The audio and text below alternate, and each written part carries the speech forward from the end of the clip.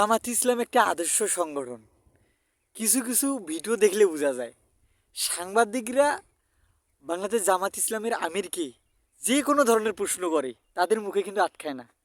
আর তোমাদের মতো ফান্ডুস দলগুলো যারা চাঁদাবাজি টেন্ডারবাজির সাথে জড়িত তাদেরকে ছোটো মোটো কোনো কিছু বিষয় নিয়ে প্রশ্ন করতে ভয় পায় সাংবাদিকরা।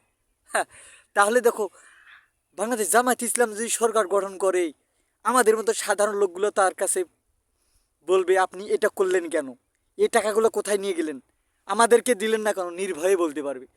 আর আপনারা তো এমন একটা সংগঠন যাদের আগের অনেক ইতিহাস আছে, কীভাবে টাকা লুট করছেন, কিভাবে কি করছেন, কিভাবে না করছেন, কিভাবে ধর্ষণ করছেন, কিভাবে মানুষকে আটকাইছেন, কিভাবে দিনে দুপুরে মানুষের কাছে টাকা কেড়ে নিছেন, কিভাবে মানুষের ব্যাগগুলো টোপলাগুলো নিয়ে যেতে দেন নাই, কিভাবে মানুষকে জোর করে গাড়িতে তুলে দিয়েছেন, সব কিছু মানুষ জানে, মানুষ বলে নেই।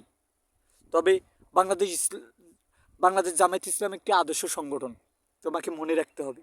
আর এতগুলো বিশ্ববিদ্যালয়ের ভিতর ছাত্র শিবির প্যানেলগুলোয় যদি বিজয়ী হয়, এই মিনি মিনি সংসদ, সেই মিনি সংসদে যদি তারা বিজয় হয়, তাহলে আমাদের বড় পার্লামেন্ট মানে বড় সংসদগুলো কি বাংলাদেশ জামাত ইসলামের প্যানেল জিতবে না? অবশ্যই জিতবে, কথাটা মিলে রাখি। আসসালামু আলাইকুম।